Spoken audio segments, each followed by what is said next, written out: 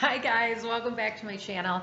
I have not been doing videos lately. No one knows because nobody watches my channel, but hopefully someday people will.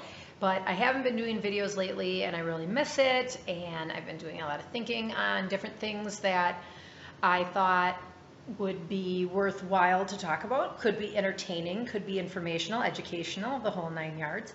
And one of the main things that always comes to my mind is my sobriety, my life as a drinker, my life being sober, and the whole mix of in between, what's been hard, what's been easy, so on and so forth. So today I thought, if you don't already know, I have been sober coming up on 3 years.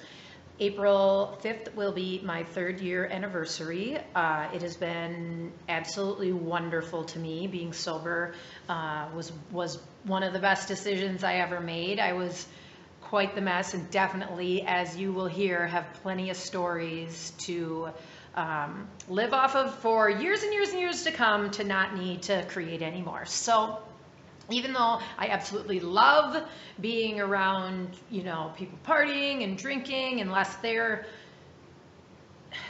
have a drinking problem, it's fun for me. It's not hard. I don't miss it. I don't get cravings. I'm able to go out with my sister and watch her tie one on and have a great time.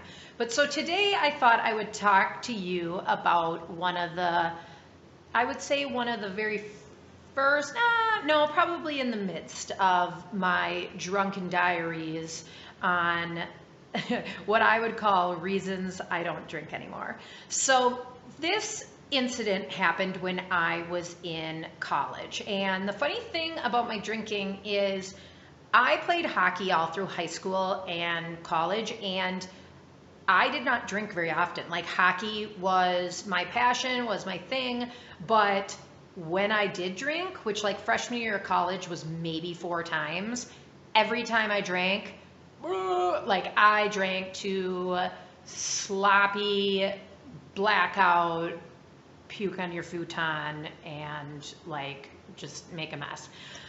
So this was one of those times, and I had worked at the bar, that kind of the youngster hot spot pickup people bar in St. Joseph. I went to college at St. Benedict's.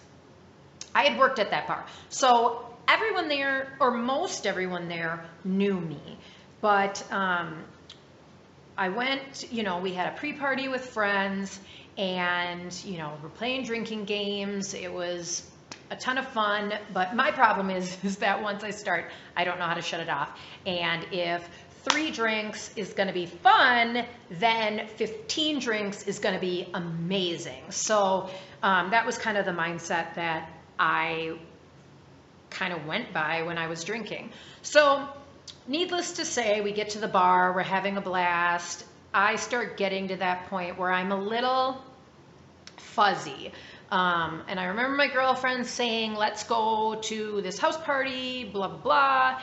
The last thing I remember from the night was me sitting at the bar by myself, probably just thinking my friends will find me when it's time to go, or just not thinking at all. But I was sitting at the bar by myself playing one of those video crack machines, like cards or something like that. And that's it. Lights out. Like Chris didn't go night-night, but still in moving motion for that night. And the next memory I have is I am waking up to someone tapping me on the shoulder, and my head is down like this, and I look up, and it is the cook from the bar at 6 a.m. in the morning. He came in to open the bar and was like, "What are you doing here tapping me on the shoulder?" They had left me passed out at a cocktail table at the bar, but the clincher, they draped me with a tablecloth, like a blanket. Like, I could have totally set off the alarm if I had any movement.